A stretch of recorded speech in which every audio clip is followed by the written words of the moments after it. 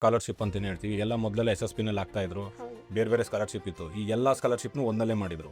So ನಮ್ಮ ಇಲಾಖೆಯಲ್ಲಿ 1ನೇ ತರಗತಿಯಿಂದ ಹಿಡಿದು ಅವ್ರು ಎಲ್ಲಿವರೆಗೂ ಓದ್ತಾರೆ ಅಲ್ಲಿವರೆಗೂ ಸಹ ಅವ್ರಿಗೆ ಶಿಕ್ಷಣಕ್ಕೆ ಉಪಯೋಗ ಆಗಲಿ ಅಂತೇಳಿ ಅವ್ರು 1,000ದಿಂದ ಪ್ರಾರಂಭ ಆಗಿ ಸುಮಾರು 75,000 ರೂಪಾಯಿವರೆಗೂ ನಮ್ಮ ಇಲಾಖೆ ನೀಡ್ತಾ ಇದ್ದಾರೆ. ಮತ್ತೆ ಯಾರೇ ಆದ್ರೂ ಸರಿ ಒಂದಿನ ಒಂದು ತಗೋಬೇಕಪ್ಪ ಅಂತಂತಂದ್ರೆ ತನ್ನ ದುಡ್ಡಲ್ಲಿ ತಗೊಳ್ಳೋದಕ್ಕೂ ಬೇರೆಯವ್ರ ಹತ್ರ ಕೇಳಿ ತಗೊಳ್ಳೋದಕ್ಕೂ ಎಷ್ಟೊಂದು ಡಿಫ್ರೆನ್ಸ್ ಇದೆ. ಒಂದು ದೇಶ ಒಂದು ಮತ ಅಂತ ಆಗಿದೆ. ಅದೇ ರೀತಿ ಕಾರ್ಮಿಕ ಅಲ್ಲಿವರೆಗೂ ನಮ್ಮ ಕಟ್ಟಡ ಕಾರ್ಮಿಕರ ಮಾಡ್ತಾರೆ. ತೆಗೆದಾದ್ರು ಇಲ್ಲಿಗಲ್ ಆಗಿ ಕಾರ್ಮಿಕರನ್ನ ತಗೊಂಡಾಗ ಸೊ ನಿಮ್ಮ ಸಂಘದ ಕಡೆಯಿಂದ ಯಾವ ಥರ ಆಕ್ಷನ್ಸ್ನ ತಗೋತೀರಾ? ಮೊದಲಿಗೆ ಅವರು ಫೇಸ್ ಮಾಡೋವಂಥದ್ದು ಏನಂತಂದರೆ ವೈದ್ಯಕೀಯ ಹೌದು ಮತ್ತು ಶಿಕ್ಷಣ, ಈ ಎರಡೂ ಉಚಿತವಾಗಿ ಕೊಡಬೇಕು ಅಂತಂದರೆ ಯಾರಿಂದನೂ ಸಾಧ್ಯ ಇಲ್ಲ. ಹೌದು. ನಾನು ನನ್ನ ಸೆಲ್ಫ್ ರೆಸ್ಪೆಕ್ಟ್ಗೋಸ್ಕರ ಬಂದಿದ್ದಿದ್ರಲ್ಲಿ ಅದೇ ಹಂಗೆ ಸೋಷಿಯಲ್ ಸರ್ವಿಸ್ ಕಂಪ್ಲೀಟ್ ಆಗಿ ಇವಾಗ ನಡ್ಸ್ಕೊಂಡು ಹೋಗ್ತಾ ಇದ್ದೀನಿ. ಊರಿಂದ ಕರ್ಕೊಂಬಂದಿದ್ದಾರೆ, ಪಾಪ ಅವ್ರಿಗೆ ಏನೂ ಗೊತ್ತಿರಲ್ಲ, ಅವ್ರು ಕೊಟ್ಟಷ್ಟೇ ತೊಗೊಂಡು ಹೋಗ್ತಾ ಇರ್ತಾರೆ.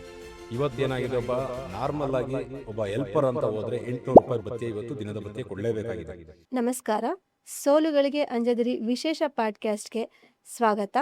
ಹಾಗೆಯೇ ಇವತ್ತು ನಮ್ಮ ಜೊತೆಗಿದ್ದಾರೆ ಗಂಧದ ಗುಡಿ ಕಲಿಯುಗ ಕಟ್ಟಡ ಮತ್ತು ಅಸಂಘಟಿತ ಕಾರ್ಮಿಕರ ಅಧ್ಯಕ್ಷೆಯಾಗಿರುವಂತಹ ಶ್ರೀಮತಿ ಶ್ರೀದೇವಿ ಅರುಣ್ ಕುಮಾರ್ ಹಾಗೂ ಅದೇ ಸಂಘದ ಸ್ಟೇಟ್ ಪ್ರೆಸಿಡೆಂಟ್ ಆಗಿರುವಂತಹ ನಾಗೇಂದ್ರ ರಾವ್ ವಂಶಿಯವರು. ಸರ್ ನಮಸ್ಕಾರ. ಮ್ಯಾಮ್ ನಮಸ್ಕಾರ. ಮ್ಯಾಮ್, ನಿಮ್ಮ ಕಿರು ಪರಿಚಯ ನಮ್ಮ ವೀಕ್ಷಕರಿಗಾಗಿ. ನನ್ನ ಹೆಸರು ಶ್ರೀದೇವಿ ಅರುಣ್ ಕುಮಾರ್. ನಾನು ಬಾಟಮ್ ಬ್ಯಾಂಗ್ಳೂರಿಂದಾನೇ ಬಂದಿರೋದು. ನಾನು ನಮ್ಮ ತಂದೆಯವರು ಬಂದ್ಬಿಟ್ಟು ಅವರು ಕಾರ್ಪೆಂಟ್ರಾಗಿ ಕೆಲಸ ಮಾಡಿ ನಮ್ಮ ಅಣ್ಣನೂ ಇಬ್ಬರನ್ನು ಬೆಳೆಸಿ ನಾವು ಆಲ್ಮೋಸ್ಟ್ ಎಲ್ಲ ಬ್ಯಾಂಗ್ಳೂರಿಂದಾನೇ ಬೆಳೆದು ಬಂದಿರೋದು. ಸೊ ಇವಾಗ ಸದ್ಯಕ್ಕೆ ನನ್ನದೇ ಆದಂಥ ಒಂದು CSC ಸೆಂಟರ್ನ ರನ್ ಮಾಡಿಕೊಂಡು ಜೊತೆಗೆ ನಮ್ಮ ಸರ್ನ ಅವ್ರದ್ದೊಂದು ಬ್ರಾಂಚನ್ನು ತಗೊಂಡು ನಾವು ಕೆಲಸ ಮಾಡ್ತಿದ್ದೇನೆ ಬ್ಯಾಂಗ್ಳೂರಲ್ಲಿ, ಪ್ರಕಾಶ್ ನಗರಲ್ಲಿ. ಮ್ಯಾಮ್, ಈಗ ಸೋಷಿಯಲ್ ಸರ್ವಿಸ್ ಮಾಡಬೇಕು ಅಂತ ಹೇಳ್ಬಿಟ್ಟು ನಿಮಗೆ ಯಾಕೆ ಅನ್ನಿಸ್ತು? ಸೋಷಿಯಲ್ ಸರ್ವಿಸ್ ಅಂತಂತಂದರೆ ಚಿಕ್ಕ ವಯಸ್ಸಿಂದನೇ ನಾನು ಹೇಳ್ದಂಗೆ ಕಾರ್ಪೆಂಟ್ರ್ ಕುಟುಂಬದಿಂದ ನನ್ನ ಫ್ಯಾಮ್ಲಿಲಿ ನಮ್ಮ ಅಪ್ಪ ಚಿಕ್ಕಪ್ಪ ಎಲ್ಲರೂ ಕಾರ್ಪೆಂಟ್ರಾಗೆ ಬೆಳೆದು ಬಂದಿರೋರು. ಸೊ ಆವಾಗ ನನಗೆ ಸ್ವಲ್ಪ ನಮ್ಮ ಫ್ಯಾಮ್ಲಿಯಿಂದ ಬರುವಂಥ ಲೇಡೀಸ್ ಏನಂತಂದರೆ ಅವಾಗಿರುವಾಗ ಲೇಡೀಸ್ಗೆ ಅಷ್ಟೊಂದು ಪ್ರಿಫರೆನ್ಸ್ ಕೊಡ್ತಾ ಇರಲಿಲ್ಲ. ಸೊ ನಮ್ಮ ಸಿಸ್ಟರ್ ಫಸ್ಟ್ ಅವಳು ಓದಬೇಕು ಅಂತಂತಂದ್ರೆ ಫಸ್ಟ್ ಅವಳು ಸ್ಟೆಪ್ ಎತ್ಕೊಂಡು ನಾವು ಮುಂದೆ ಆಫ್ಟರ್ 10th ಓದ್ತೀವಿ ಅಂತ ಅವ್ರು ಓದಿದ್ದಾಗ ಅವ್ರ ದಾರಿಯಲ್ಲಿ ನಾವು ಹಿಂದೆ ಬಂದಿರೋರು. ಆಮೇಲೆ ನಮ್ಮನ್ನ ಓದಿಸಿ ಒಂದು ಓದ್ಕೊಂಡ್ ಬರ್ತಿರುವಾಗ ನಮ್ಮ ತಾಯಿ ಚಿಕ್ಕ ವಯಸ್ಸಿಂದ ಅವರು ಪೂರ್ವಿಕ ಬಂದ್ಬಿಟ್ಟು ತಮಿಳ್ನಾಡಿಂದ ಬಂದಿರೋರು. ನಮ್ಮ ತಾಯಿಯವರು ಅವರು ಅವಾಗಿಂದನೇ ಮದುವೆ ಮಾಡ್ಕೊಂಡು ಬಂದಿದ್ದರಿಂದ ನಮ್ಮನ್ನ ಬೆಳೆಸಿದ ರೀತಿ ಹೇಗೆ ಅಂತಂತಂದರೆ ಯಾವುದೇ ಒಂದು ವಿಷಯ ಆಗಿರಲಿ, ಇಲ್ಲ ಯಾವುದೇ ಒಂದು ಸಿಚುವೇಶನ್ ಆಗಿರಲಿ, ಧೈರ್ಯವಾಗಿ ಫೇಸ್ ಮಾಡಬೇಕು ಅಂತ ಒಂದು ಆ ಸಿಚುವೇಶನಲ್ಲಿ ಬೆಳೆಸ್ಕೊಂಡು ಬಂದಿದ್ದಿದ್ರು. ಅಂದರೆ ಯಾವಾಗಿದ್ದಿದ್ದು ಜನ್ರೇಷನ್ಗೂ ಇವಾಗಿರೋ ಜನ್ರೇಷನ್ಗೂ ತುಂಬ ಡಿಫ್ರೆನ್ಸ್ ಇದೆ. ಬಟ್ ಆಗಿನ ಜನ್ರೇಷನಲ್ಲಿ ಮಹಿಳೆಯರಿಗೆ ಓದಲಿಕ್ಕೆ ಏನಾದ್ರು ಒಂದು ಎಜುಕೇಷನ್ ಕೊಡ್ಬೇಕಂತಂದ್ರೂ ಸ್ವಲ್ಪ ಯೋಚನೆ ಮಾಡಿಕೊಂಡು ಮಾಡಬಾರ್ದಾ, ಅಲ್ಲಿ ಇನ್ನೊಂದು 4-5 ಜನನ ವಿಚಾರಿಸ್ಕೊಂಡು ಅವ್ರನ್ನ ರಿಲೇಷನ್ಸಲ್ಲಿ ಏನಂದ್ಬಿಡ್ತಾರೋ, ಓದಕ್ಕೆ ಕಳಿಸ್ರೆ ಏನಂತಾರೋ ಅನ್ನೋ ಒಂದು ಸಿಚುವೇಶನ್ ಬಂದಿದ್ದಾಗ ಎಲ್ಲನೂ ಫೇಸ್ ಮಾಡ್ಕೊಂಡು ನೀವು ಓದಿ ಅಂತ ಕಳಿಸ್ಕೊಟ್ಟಿದ್ದೆ ನಮ್ಮ ಫ್ಯಾಮ್ಲಿಯಲ್ಲಿ. ಫಸ್ಟ್ ನಮ್ಮ ಸಿಸ್ಟರು, ಆಮೇಲೆ ಅವ್ರ ದಾರಿ ಇಟ್ಕೊಂಡು ನಾವು ಹಿಂದೆ ಬಂದಿದ್ದು. ಓಕೆ. ಸೊ ಆ ರೀತಿಯಲ್ಲಿ ಹೋಗಿ ಬಂದಿದ್ದಾಗ ನಮ್ಮ ತಾಯಿ ಹೇಳ್ಕೊಟ್ಟಿದ್ದೇನಂತಂದರೆ, ನೀನು ಓದಿದ್ಯಾ, ಇವಾಗ ನಿಮ್ಮ ಅಕ್ಕ ಒಬ್ಬರನ್ನ ಕಾರಣ ತೋರಿಸ್ಕೊಂಡು ನೀವು ಅವ್ರು ಓದಿದ್ದಾರೆ ನಾವು ಓದಬೇಕು ಅನ್ನೋ ಒಂದು ಕಾರಣ ಇಟ್ಕೊಂಡು ಬಂದ್ಬಿಟ್ಟಿದ್ದೀರಾ ಎಲ್ಲರೂ. ನಿಮ್ಮಂಥವ್ರು ಎಷ್ಟು ಜನ ಇರ್ತಾರೆ, ಅವ್ರಿಗೆ ನಿಮ್ಮ ಕಡೆಯಿಂದ ಏನಾದರೂ ಒಂದು ಆಗುತ್ತೆ ಅಂತಂದರೆ ಅವಾಗ ನಿಮ್ಮ ಓದಿದ್ದಕ್ಕೆ ಸ್ವಲ್ಪ ಸಾರ್ಥಕ ಅಂತ ಹೇಳಿದ್ದಾಗ ಅವಾಗ ಸ್ಟಾರ್ಟ್ ಆಗಿದ್ದೆ ಈ ಸೋಷಿಯಲ್ ಸರ್ವಿಸ್ ಮಾಡಬೇಕು ಅನ್ನೋ ಒಂದು ಅಭಿಪ್ರಾಯ. ಸರ್, ಹಾಗೆ ನಿಮ್ಮ ಕಿರು ಪರಿಚಯ ನಮ್ಮ ವೀಕ್ಷಕರಿಗಾಗಿ. ನಮಸ್ತೆ, ನನ್ನ ಹೆಸರು ನಾಗೇಂದ್ರ ರಾವ್ ಸೂರ್ಯವಂಶಿ ಅಂತೇಳಿ. ಗಂಧದ ಗುಡಿ ಕಲಿಯುಗ ಕಟ್ಟಡ ಕಾರ್ಮಿಕರ ಮತ್ತು ಅಸಂಘಟಿತ ಕಾರ್ಮಿಕರ ಸಂಘದ ರಾಜ್ಯಾಧ್ಯಕ್ಷನಾಗಿದ್ದೇನೆ. ನಮ್ಮ ಭಾಗ ಬಂದು ಕೇಂದ್ರ ಕಚೇರಿ ಬಂದು ಲಗ್ಗೆರೆನಲ್ಲಿದೆ. ಸೊ ನಾವು ಮೊದಲಿಗೆ ಕಟ್ಟಡ ಕಾರ್ಮಿಕರಿಗೆ ನಾವು ಏನೋ ಒಂದು ಅನುಕೂಲತೆ ಮಾಡಬೇಕು, ಅನಾನುಕೂಲತೆಗಳು ಏನೇನಿದೆ, ಕುಂದುಕೊರತೆಗಳನ್ನು ನೋಡಬೇಕು ಅಂತಂದಾಗ ನಾವು ಆ ಭಾಗದಿಂದನೇ ಬಂದಿರ್ತೇವೆ. ಸೊ ಯಾಕಂದರೆ ನಾವು ಸಣ್ಣ ವಯಸ್ಸಲ್ಲಿ ನಮ್ಮ 3ನೇ ತರಗತಿ ಓದಬೇಕಾದ್ರೆ ನಮ್ಮ ತಾಯಿನ ಕಳ್ಕೊಂಡೆ. ಅದಾದ ನಂತರ ಮಲತಾಯಿ ಧೋರಣೆ ನಡೀತು. ಮುಂದಿನ ದಿನಗಳಲ್ಲಿ ವಿದ್ಯಾಭ್ಯಾಸನೂ ಕಡಿತಾ ಆಯಿತು. ಅದಾದಮೇಲೆ ಕೆಲಸಗಳು ಯಾವ್ಯಾವ ಕೆಲಸಗಳು ಸಿಗುತ್ತೆ ಆ ರೀತಿ ಕೆಲಸಗಳು ಮಾಡ್ಕೊಂಡು ಹೋಗ್ತಾ ಇದ್ವಿ. ಸೊ ಹಿಂಗೆ ಬೆಳೀತಾ ನಾವು ಏನು ಮಾಡಿದ್ವಿ, ಕಟ್ಟಡ ಕಾರ್ಮಿಕರ ಕೆಲಸವನ್ನು ಮಾಡ್ಕೊಂಬಂದ್ವಿ. ಸೊ ವೆಲ್ಡಿಂಗಲ್ಲಿ ಒಂದು ಅಷ್ಟು ದಿನ, ಆಟೋ ಗ್ಯಾರೇಜಲ್ಲಿ ಒಂದಷ್ಟು ದಿನ, ಮೆಕ್ಯಾನಿಕಲಲ್ಲಿ ಒಂದಷ್ಟು ದಿನ, ಯಾವ್ಯಾವ ಕೆಲಸ ಸಿಗುತ್ತೋ ಅಷ್ಟು ಮಾಡ್ಕೊಂಡು ಬರ್ತಾಯಿದ್ವಿ. ಸೊ ಒಬ್ಬನೇ ಒಂದು ನನ್ನ ಕಾಲ ಮೇಲೆ ನಾನು ನಿಂತ್ಕೊಂಡು ನನ್ನ ಮದುವೆ ಆಗೋದು ಮತ್ತೊಂದು ಆಗೋದು ಎಲ್ಲ ಇವತ್ತೊಂದು ಹಂತಕ್ಕೆ ಬಂದಿದ್ದೀವಿ ಅಂತಂದರೆ ನಮಗೆಲ್ಲ ಮೂಲಭೂತ ಸೌಕರ್ಯ ಕೊಟ್ಟಿದೆ ನಮ್ಮ ಕಾರ್ಮಿಕರು. ಸೊ ಆ ಕಾರ್ಮಿಕರಿಗಾಗಿ ನಾವೇನಾದರೂ ಒಂದು ಮಾಡಬೇಕು ಅನ್ನೋ ಒಂದು ಉದ್ದೇಶದಿಂದ ಈ ಒಂದು ಸಂಘಟನೆನ ನಾವು ಒಂದು 2 ವರ್ಷಗಳ ಹಿಂದೆನೇ ನಾವು ತೆರೆದಿದ್ವಿ. ಸೊ ಅದಾದ ನಂತರ ನಮ್ಮ ಶ್ರೀದೇವಿ ಅರುಣ್ಕುಮಾರ್ ಅವರು ಸಹ ಪ್ರಕಾಶ್ ನಗರದಲ್ಲಿ ನಮಗೆ ಪರಿಚಯ ಆಗಿದ್ರು. ಅವ್ರಿಗೊಂದು ಶಾಖೆನ ಕೊಡ್ತೀವಿ ಅಂತೇಳಿ ಅಲ್ಲೊಂದು ಶಾಖೆ ಒಂದು ಮಾಡಿದ್ವಿ. ಮತ್ತು ಪ್ರಕಾಶ್ ನಗರದ ಜೊತೆಗೆ ಅಂದ್ರಳ್ಳಿನಲ್ಲಿ ಒಂದು ಶಾಖೆ ಮಾಡಿದ್ವಿ. ಸೊ 3 ಶಾಖೆನಲ್ಲೂ ಮಾಡಿದ್ದೀವಿ. ಕಟ್ಟಡ ಕಾರ್ಮಿಕರಿಗೆ ಎಲ್ಲ ಸೌಲಭ್ಯ ಕೊಡ್ತಾ ಇದ್ವಿ. ಆದರೆ ನಮ್ಮ ವಿಶೇಷವಾಗಿ ನಮ್ಮ ಮಹಿಳೆಯರಿಗೆ ನಮ್ಮ ಕಾರ್ಮಿಕ ಇಲಾಖೆಯಿಂದ ಬರ್ತಕ್ಕಂಥ ಸೌಲಭ್ಯ ಅಷ್ಟಾಗೇನೂ ಇಲ್ಲ. ಅಂದರೆ ಅವ್ರಿಗೆ ಮದುವೆ ಸಹಾಯಧನ ಇದೆ, ಹೆರಿಗೆ ಸಹಾಯಧನ ಇದೆ ಮತ್ತು ತಾಯಿ ಮಗು ಸಹಾಯ ಹಸ್ತ ಅಂತ ಹೇಳಿ ಭತ್ಯೆನ ನೀಡ್ತಾರೆ. ಸೊ ಅದಷ್ಟಕ್ಕೆ ಮಾತ್ರನೇ ಸೀಮಿತಗೊಂಡಿದೆ. ಮಹಿಳೆಯರಿಗೂ ಇನ್ನೂ ಒಂದಷ್ಟು ಹೆಜ್ಜೆ ಮುಂದೆ ಬರಲಿ ಅಂತೇಳಿ ಮುಂದಿನ ದಿನಗಳಲ್ಲಿ ಅವ್ರಿಗೂ ಒಂದಷ್ಟು ಅನುಕೂಲತೆಗಳಾಗಲಿ, ಅವರ ಒಂದು ಉದ್ಯೋಗನ ಸೃಷ್ಟಿ ಮಾಡ್ಕೊಳ್ಳಿ ಅಂತೇಳಿ ಮೊದಲನೇ ಹೆಜ್ಜೆ ಇಟ್ಟಿದ್ದೀವಿ, ಬ್ಯೂಟಿಷಿಯನ್ ಕೋರ್ಸು. ಸೊ ಅದನ್ನು ಮಾಡೋದಕ್ಕೆ ಒಂದು ಉಸ್ತುವಾರಿನ ನಾನು ನಮ್ಮ ಶ್ರೀಮತಿ ಶ್ರೀದೇವಿ ಅವರಿಗೆ ನಾನು ಬಿಟ್ಕೊಟ್ಟಿದ್ದೀನಿ. ಅವರು ಅದನ್ನು ಮುನ್ನಡೆಸ್ಕೊಡ್ತಾರೆ. Ma'am, okay. ಈ ಬ್ಯೂಟಿ ಪಾರ್ಲರ್ ಕಾರ್ಯಕ್ರಮ ನಡೆಸ್ತೀನಿ ಅಂತ ಇದು ಹೇಗೆ ಉಪಯೋಗ ಆಗುತ್ತೆ ಮಹಿಳೆಯರಿಗೆ? ಮಹಿಳೆಯರಿಗೆ ಏಕೆ ಅಂತಂದ್ರೆ, ಫಸ್ಟ್ ಆಫ್ ಆಲ್ ಮಹಿಳೆಯರಿಗೆ ತಮ್ಮ ಸೆಲ್ಫ್ ಗ್ರೂಮಿಂಗ್ ಅಂದ್ರೆ ಸ್ವಇಚ್ಛೆಯಿಂದ ಅವರೇ ಮೇಕಪ್ ಮಾಡ್ಕೊಳ್ಳೋದಾಗಿರ್ಲಿ, ಒಂದು ರೆಡಿ ಆಗೋದು ಅಂತಂದ್ರೆ ಖುಷಿ ಕೊಡುತ್ತೆ. ಹೌದು. ಆ ತರ ಇರುವಾಗ ಪ್ರತಿಯೊಂದು ಮಹಿಳೆಯರಲ್ಲೂ ಆ ಕಳೆ ಇರುತ್ತೆ. ಹೌದು. ಸೊ ಇವಾಗಿರೋ ಪ್ರೆಸೆಂಟ್ ಸೊಸೈಟಿಯಲ್ಲಿ ಮಹಿಳೆಯರು ದುಡಿಬೇಕು, ಅವ್ರ ಕೈಯದಂತ ಅವ್ರಿಗೆ ಏನಾಗಬೇಕು ಅದು ಅವರೇ ದುಡ್ಕೊಂಡು ಒಂದು ಸೆಲ್ಫ್ ಕಾನ್ಫಿಡೆನ್ಸ್ ಆಗಿರಲಿ, ಒಂದು ಸೆಲ್ಫ್ ಎಂಪವರ್ಮೆಂಟ್ ಥರ ಮಾಡ್ಕೊಂಡಿದ್ರೆ ಅದು ಅವ್ರಿಗೆ ಯೂಸ್ ಆಗುತ್ತೆ. ಯಾರನ್ನೂ ಡಿಪೆಂಡ್ ಇರೋದು ಬೇಡ. ಮತ್ತು ಇವಾಗ ಯಾರೇ ಆದ್ರೂ ಸರಿ ಏನೋ ಒಂದು ತಗೋಬೇಕಪ್ಪ ಅಂತಂತಂದ್ರೆ ತನ್ನ ದುಡ್ಡಲ್ಲಿ ತಗೊಳ್ಳೋದಕ್ಕೂ ಬೇರೆಯವ್ರ ಹತ್ರ ಕೇಳಿ ತಗೊಳ್ಳೋದಕ್ಕೂ ಎಷ್ಟೊಂದು ಡಿಫ್ರೆನ್ಸ್ ಇದೆ. ಅದಕ್ಕೋಸ್ಕರ ಇವಾಗ ಮಹಿಳೆಯರಿಗೆ ಹೇಗೆ ಅವರಲ್ಲೂ ಇರೋ ಒಳಗಡೆ ಇರೋ ಕಳೆನ ಹೆಂಗಿದೆ ನಾವು ಹೊರಡೆ ತರೋವಂಥದ್ದೇ ಈ ಕೆಲಸವನ್ನು ಮಾಡ್ತಿರೋದು. ಬ್ಯೂಟಿ ಪಾರ್ಲರ್ ಕೋರ್ಸ್ ಅಂತಿದ್ದ ತಕ್ಷಣನೇ ಅದರಲ್ಲಿ ಮೇಕಪ್ ಕೋರ್ಸ್ ಅಂತ ಮಾಡಿದ್ದೀವಿ. ಯಾಕಂತಂದರೆ ನಾವು ಮಾಡುವಾಗ ಕಂಪ್ಲೀಟಾಗಿ ಮಾಡಲಿಕ್ಕೆ ನಮ್ಮ ನೆಕ್ಸ್ಟ್ ಮುಂದೆ ಬರೋ ದಿನದಲ್ಲಿ ಕಂಪ್ಲೀಟಾಗಿ ಮಾಡಬೇಕು ಅಂತ. ಬಟ್ ಇವಾಗ ಸ್ಟಾರ್ಟಿಂಗಲ್ಲಿ ಮೇಕಪ್ ಕೋರ್ಸ್ ಅಂತ ಅಡ್ವಾನ್ಸ್ ಒಂದು 5 to 6 ಮೇಕಪ್ಸ್ ಹೇಗೆ ಬರುತ್ತೆ, ಹೇರ್ ಸ್ಟೈಲಿಂಗ್ ಬರುತ್ತೆ, ಮೇಕಪ್ ಪಾರ್ಟಿ ಲುಕಪ್ ಆಗಿರಲಿ, ಬ್ರೈಡ್ ಮೇಕಪ್ ಆಗಿರಲಿ, ಅದನ್ನೆಲ್ಲ ಮಾಡುವಂಥದ್ದು. ಪ್ಲಸ್ಸು ಹೇರ್ ಸ್ಟೈಲಿಂಗ್ ಆಗಿರಲಿ, ಸ್ಯಾರಿ ಡ್ರಾಪಿಂಗ್ ಆಗಿರಲಿ. ಸೊ ಇಷ್ಟು ಮೂರನ್ನು ಕಲ್ತ್ಕೊಂಡ್ರೆ ಅವರು ಅಟ್ಲೀಸ್ಟ್ ಒಂದು ಕಡೆ ಮೇಕಪ್ ಅಂತ ಹೋದ್ರೂ ಸರಿ 1000 to 1500 ಮಿನಿಮಮ್ ದುಡಿದ್ರೂ ಒಂದಿದು ಕಡೆ ಅವ್ರಿಗೂ ಏನಾದ್ರು ಒಂದು ಯೂಸ್ ಆಗುತ್ತೆ. ಜೊತೆಗೆ ಮಹಿಳೆಯರಿಗೆ ಅವ್ರದ್ದೇ ಆದಂಥ ದುಡ್ಡಲ್ಲಿ ಖರ್ಚು ಮಾಡುವಾಗ ಸಿಗುವಂಥ ಸೆಲ್ಫ್ ಕಾನ್ಫಿಡೆನ್ಸ್ ಇವಾಗಿರೋ ಪ್ರೆಸೆಂಟ್ ಸಿಚುವೇಶನಲ್ಲಿ ಬೇಕೇ ಬೇಕು.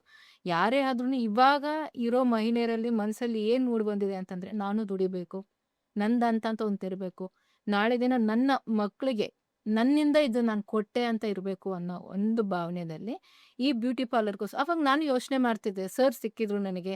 ಸರ್ ಸಿಕ್ಕಿರುವಾಗ ಇವಾಗ ಕಾರ್ಮಿಕರಿಗೋಸ್ಕರ ಮಾಡ್ತಾ ಇದ್ದೀವಿ. ಕಾರ್ಮಿಕರಿಗೋಸ್ಕರ ಮಾಡ್ತಿರುವಾಗ ಅಸಂಘಟಿತ ಕಾರ್ಮಿಕರು ಅಂತ ಇದೊಂದು ಇದೆ ನೋಡಿ ಅಂತಂದ್ರು.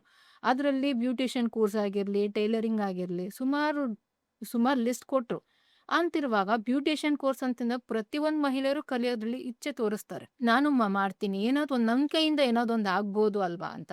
ಆ ಟೈಮಲ್ಲಿ ಏನಾಯಿತು, ಈ ಥರ ನಮ್ಗೆ ಗೊತ್ತಿರೋರು, ನನಗೂ ಸ್ವಲ್ಪ ಮೇಕಪ್ ಬರುತ್ತೆ, ಸೊ ನನ್ನ ಫ್ರೆಂಡ್ಸ್ಗೂ ಸ್ವಲ್ಪ ಜನ ಬರುತ್ತೆ. ಸೊ ನಾವೊಂದು 4-5 ಜನ ಕೈ ಜೋಡಿಸ್ಬಿಟ್ಟು ನಮ್ಮಿಂದ ಒಂದು ಉಚಿತವಾಗಿ ಒಂದು ಮೇಕಪ್ ಕೋರ್ಸನ್ನ ಬಡ ಕುಟುಂಬದವ್ರಿಗೂ ನಮ್ಮ ಕಾರ್ಮಿಕರ ಕುಟುಂಬದವ್ರ ಮಹಿಳೆಯರಿಗೆ ಹೇಳ್ಕೊಟ್ರೆ ಅವರು ನಾಳೆ ದಿನ ಎಲ್ಲೋ ಒಂದು ಕಡೆ ಹೋಗ್ಬಿಟ್ಟು ನಾಳೆ ದಿನ ಒಂದೊಂದು ಸ್ವಂತ ದುಡಿಮೆದಲ್ಲಿ ನಾಳೆ ಅವರಿಂದ ಇನ್ನೊಬ್ರಿಗೆ ಹಂಗೆ ಪಾಸಾಗಿ ನಮ್ಮ ಮೂಮೆಂಟ್ ಎಂಪವರ್ಮೆಂಟ್ ಏನಿದೆಯೋ ಅದೆಲ್ಲೋ ಒಂದು ಕಡೆ ರೀಚ್ ಆಗಲಿ ಅನ್ನೋ ಒಂದು ಭಾವನೆಯಲ್ಲಿ ಶುರು ಮಾಡಿದ್ದು ಅಂತ ಈ ಬ್ಯೂಟಿಷಿಯನ್ ಕೋರ್ಸಲ್ಲಿ. ಇದರಲ್ಲಿ ಮೇಕಪ್ ಹೇಳ್ದಂಗೆ ಮೇಕಪ್ ಹೇಗೆ ಮಾಡಿದ್ರು ನಾವು ಒಂದು ಚೆನ್ನಾಗಿ ಕಾಣಬೇಕು ಅಂತ ಪ್ರತಿಯೊಬ್ಬರಲ್ಲೂ ಇರುತ್ತೆ. ಅದನ್ನು ನಾವು ಕಲ್ತ್ಕೊಂಡು ಮಾಡುವಾಗ ಇನ್ನೂ ಸೆಲ್ಫ್ ಕಾನ್ಫಿಡೆನ್ಸ್ ಎಕ್ಸ್ಟ್ರಾ ತೋರಿಸುತ್ತೆ.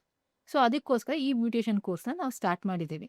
ಓಕೆ. ಫಸ್ಟು ನೀವು ಮಹಿಳೆಯರಿಗೆ ಅವರು ಸ್ವಂತ ಕಾಲ ಮೇಲೆ ನಿಂತ್ಕೊಳ್ಳಿ ಅಂತ ಹೇಳಿಬಿಟ್ಟು ಉಚಿತವಾಗಿ ಈ ಪ್ರೋಗ್ರಾಮ್ನ ಮಾಡಿದ್ದೀರಾ. ಹೌದು. ಓಕೆ ಸರ್, ನಾವು ಇವಾಗ ಕಾರ್ಮಿಕರ ಬಗ್ಗೆ ಮಾತಾಡ್ತಿರ್ಬೇಕಾದ್ರೆ ಅವ್ರು ಫೇಸ್ ಮಾಡ್ತಕ್ಕಂಥ ಸಮಸ್ಯೆಗಳೇನು? ಈಗ ಕಟ್ಟಡ ಕಾರ್ಮಿಕರಾಗಿರ್ಬೋದು ಅಥವಾ ಟೈಲರಿಂಗ್ ಮಾಡ್ತಾ ಇರೋದಾಗಿರ್ಬೋದು, ಅಂದರೆ ಎಲ್ಲ ವರ್ಗದಲ್ಲೂ ಕಾರ್ಮಿಕರು ಅನ್ನೋರಿದ್ದಾರೆ. ಹೌದು. ಓನ್ಲಿ ಕಂಪ್ನಿ ಎಂಪ್ಲಾಯೀಸ್ಗಳೇ ಅಲ್ಲ, ಬೇರೆ ವೃತ್ತಿಲಿರೋರೇ ಅಲ್ಲ. ಸೊ ಎಲ್ಲ ವರ್ಗದವರು ಸಹಿತ ಕಾರ್ಮಿಕರು ಒಂದು ಒಳಗಡೆ ಬರ್ತಾರೆ. ಸೊ ಅವ್ರು ಫೇಸ್ ಮಾಡ್ತಕ್ಕಂಥ ಸಮಸ್ಯೆಗಳೇನಿರ್ಬೋದು? ಮೊದಲಿಗೆ ಅವರು ಫೇಸ್ ಮಾಡೋವಂಥದ್ದು ಏನಂತಂದರೆ ವೈದ್ಯಕೀಯ ಹೌದು. ಮತ್ತು ಶಿಕ್ಷಣ, ಹ್ಮ್. ಈ ಎರಡೂ ಉಚಿತವಾಗಿ ಕೊಡಬೇಕು ಅಂತಂದರೆ ಯಾರಿಂದನೂ ಸಾಧ್ಯ ಇಲ್ಲ. ಹೌದು. ಆದರೆ ನಮ್ಮ ಇಲಾಖೆಯಲ್ಲಿ ಸಿಗುವಂಥ ಶಿಕ್ಷಣಕ್ಕೆ ಒತ್ತು ನೀಡುವಂಥ ಕೆಲಸನ ನಮ್ಮ ಇಲಾಖೆಯ ಸಚಿವರು ಸಹ ಹೆಚ್ಚಿನ ರೂಪದಲ್ಲಿ ಮಾಡ್ತಾ ಇದ್ದಾರೆ. ವೈದ್ಯಕೀಯದಲ್ಲಿ ನೋಡಿ, ಕಳೆದ ಬಾರಿ 2024ರಲ್ಲಿ ನಾವು ಒಂದು ಪ್ರತಿಭಟನೆ ಮಾಡಿದ್ವಿ. ಸೊ ಆ ಪ್ರತಿಭಟನೆ ಮಾಡಿ ಮನವಿಗಳ ಮೇಲೆ ಮನವಿ ಕೊಟ್ಟಾಗ ನಮ್ಮ ಮುಖ್ಯಮಂತ್ರಿಗಳು ಏನು ಮಾಡಿದ್ರು, ಅದನ್ನೊಂದಷ್ಟು ವಿವರಣೆಗಳು ತೆಗೆದುಕೊಂಡು ಕಳೆದ ವರ್ಷ ಜೂನ್ 16ನೇ ತಾರೀಕು ಒಂದು ನಿರ್ಧಾರ ಕೊಟ್ಟರು. ನಮ್ಮ ಕಟ್ಟಡ ಕಾರ್ಮಿಕರಲ್ಲಿ ಯಾವುದೇ ಒಂದು ವ್ಯಕ್ತಿ ಕಾರ್ಮಿಕರ ಚೀಟಿ ಏನು ಗುರುತಿನ ಚೀಟಿ ಇದ್ದು ಆ ವ್ಯಕ್ತಿ ಮೃತಪಟ್ಟರೆ 75,000 ರೂಪಾಯಿವರೆಗೂ ಇತ್ತು ಅವ್ರ ಕುಟುಂಬಕ್ಕೆ. ಮತ್ತು ಒಂದು ಅಪಘಾತದಲ್ಲಿ ಮೃತಪಟ್ಟ ವ್ಯಕ್ತಿಗಳಿಗೆ 5 ಲಕ್ಷ ಪರಿಹಾರನ ನೀಡ್ತಾಯಿದ್ರು. ಸೊ ಅದನ್ನು ಏಕಾಏಕಿ 75,000ದಿಂದ 1.5 ಲಕ್ಷಕ್ಕೆ ಅದನ್ನು ಹೆಚ್ಚಿಗೆ ಮಾಡಿದ್ರು. ಮತ್ತು 5 ಲಕ್ಷ ಇದ್ದಿದ್ದನ್ನು 8 ಲಕ್ಷಕ್ಕೆ ಮಾಡಿ ಒಂದಷ್ಟು ಒಳ್ಳೆಯದಾಗಲಿ, ಆ ಕುಟುಂಬಕ್ಕೆ ಒಳ್ಳೆಯದಾಗಲಿ ಅಂತೇಳಿ ಮಾಡಿಕೊಟ್ರು. ಅದರಿಂದ ಫಲಾನುಭವಿಗಳು ಕೆಲವರು ಈಗ ಇತ್ತೀಚೆಗೆ ಕೊಪ್ಪಳದಲ್ಲಿ ಗಂಡ ಹೆಂಡತಿ ಇಬ್ಬರೂ ಸಹ ಕೆಲಸ ಮಾಡೋ ಜಾಗದಲ್ಲಿ ಮೃತಪಟ್ಟರು. ಸೊ ಅದು ಮೇಲಿಂದ ಬೀಮ್ ಬಿದ್ದು ಮೃತಪಟ್ಟಿದ್ದಕ್ಕೆ ಅಪಘಾತ ಅಂತಂತೇಳಿ ಬರುತ್ತೆ. ಸೊ ಅವ್ರಿಗೆ 2 ಮಕ್ಕಳಿದ್ರು. ಆ 2 ಮಕ್ಕಳಿಗೂ ಸಹ 8 ಲಕ್ಷ FD ಮಾಡಿಸಿ ಮತ್ತು ಇನ್ನೂ 1.5 ಲಕ್ಷ ಬರುತ್ತಲ್ಲ, ಆ 1.5 ಒಟ್ಟು 9.5 ಲಕ್ಷ ಅವ್ರ 2 ಮಕ್ಕಳಿಗೂ FD ಮಾಡಿಸಿ ಕೊಟ್ಟು, ಅದಾದ ನಂತರ ನಮ್ಮ ಕಾರ್ಮಿಕ ಇಲಾಖೆಯಲ್ಲಿ ನಮ್ಮ ಕೆಲವರು ಸ್ನೇಹಿತರುಗಳು ಎಲ್ಲ ಸೇರಿ ಆ ಮಕ್ಕಳು ವಿದ್ಯಾಭ್ಯಾಸಕ್ಕೆ ಅಂತೇಳಿ ಒಂದಷ್ಟು ಸೇವೆಗಳನ್ನ ಬರ್ತಾಯಿದ್ದೀವಿ. ಮತ್ತು ಅದು ಬಿಟ್ಟರೆ ಶಿಕ್ಷಣಕ್ಕೆ ಪ್ರತಿ ವರ್ಷ ಸ್ಕಾಲರ್ಶಿಪ್ ಅಂತಲೇ ಹೇಳ್ತೀವಿ. ಎಲ್ಲ ಮೊದಲೆಲ್ಲ SSPನಲ್ಲಿ ಆಗ್ತಾಯಿದ್ರು, ಬೇರೆ ಸ್ಕಾಲರ್ಶಿಪ್ ಇತ್ತು. ಈ ಎಲ್ಲ ಸ್ಕಾಲರ್ಶಿಪ್ನು ಒಂದಲ್ಲೇ ಮಾಡಿದರು. ಸೊ ನಮ್ಮ ಇಲಾಖೆಯಲ್ಲಿ 1ನೇ ತರಗತಿಯಿಂದ ಹಿಡಿದು ಅವ್ರು ಎಲ್ಲಿವರೆಗೂ ಓದ್ತಾರೆ ಅಲ್ಲಿವರೆಗೂ ಸಹ ಅವ್ರಿಗೆ ಶಿಕ್ಷಣಕ್ಕೆ ಉಪಯೋಗ ಆಗಲಿ ಅಂತೇಳಿ ಅವ್ರು 1,000ದಿಂದ ಪ್ರಾರಂಭ ಆಗಿ ಸುಮಾರು 75,000 ರೂಪಾಯಿವರೆಗೂ ನಮ್ಮ ಇಲಾಖೆ ನೀಡ್ತಾ ಇದ್ದಾರೆ. ಸ್ಕಾಲರ್ಶಿಪ್ ನೀಡ್ತಾರೆ. ಸ್ಕಾಲರ್ಶಿಪ್ ಕೊಡ್ತಾ ಸರ್, ಇದ್ದಾರೆ. ಓಕೆ. ಈ ಸ್ಕಾಲರ್ಶಿಪ್ ತಗೋಬೇಕು ಅಂದರೆ ಫಸ್ಟ್ ಮಾಡಬೇಕಾಗಿರೋವಂಥದ್ದು ಏನು? ಅವರು ಕಟ್ಟಡ ಕಾರ್ಮಿಕರು ಮೊದಲು ಗುರುತಿನ ಚೀಟಿಗಳನ್ನ ಮಾಡ್ಕೋಬೇಕು. ಅದ್ರ ಜೊತೆಗೆ ಅವರ ಮದುವೆ ಆದಾಗ, ಅಂದರೆ ಅವರ ಸೆಲ್ಫ್ ಆಗಿರ್ಬೋದು ಅಥವಾ ಅವ್ರ ಮಕ್ಳಿಗಾಗಿರ್ಬೋದು, ಮದುವೆ ಆದಾಗ 60,000 ಸಹಾಯಧನ ಕೊಡ್ತಾರೆ. ಮಹಿಳೆಯರಿಗೆ ಅವ್ರ ಮದುವೆ ಆದ್ರೂ ಅವ್ರಿಗೂ 60,000 ಕೊಡ್ತಾರೆ. ಸೊ ಹೆರಿಗೆ ಬತ್ತಿ ಅಂತ ಹೇಳಿ ನೀಡ್ತಾರೆ. ಅದು ವಾರ್ಷಿಕ 6,000ಗೆ 3 ವರ್ಷ ಕೊಡ್ತಾರೆ, ತಾಯಿ ಮಗು ಸಹಾಯಸ್ತ ಅಂತೇಳಿ. ಮತ್ತು ಮಗು ಹುಟ್ಟಿದ ನಂತರ 50,000 ರೂಪಾಯಿ ಬಾಂಡ್ ಮಾಡಿಕೊಡ್ತಾರೆ. ಆ 50,000 ರೂಪಾಯಿ ಬಾಂಡ್ ಯಾವ ರೀತಿ ತೆಗೆದುಕೊಳ್ಬೇಕು ಅಂತಂದರೆ 3 ವರ್ಷ ಕಳಿಬೇಕು ಅವರು. ಅಂದರೆ ಆ ಮಗು ಜೀವಂತವಾಗಿರಬೇಕು, ಅನ್ಯೋನ್ಯವಾಗಿರಬೇಕು, ಚೆನ್ನಾಗಿರಬೇಕು ಅವರು ಕುಟುಂಬದಲ್ಲಿ ಅಂತೇಳಿ. ಅದಾದ ನಂತರ ಅದಕ್ಕೆ ಇಂಟ್ರೆಸ್ಟ್ ಅಮೌಂಟ್ ಏನು ಬರುತ್ತೋ ಅದೆಲ್ಲ ಸೇರಿಸಿ ಅವ್ರ ಖಾತೆಗೆ ನೇರ ಜಮಾ ಆಗುತ್ತೆ.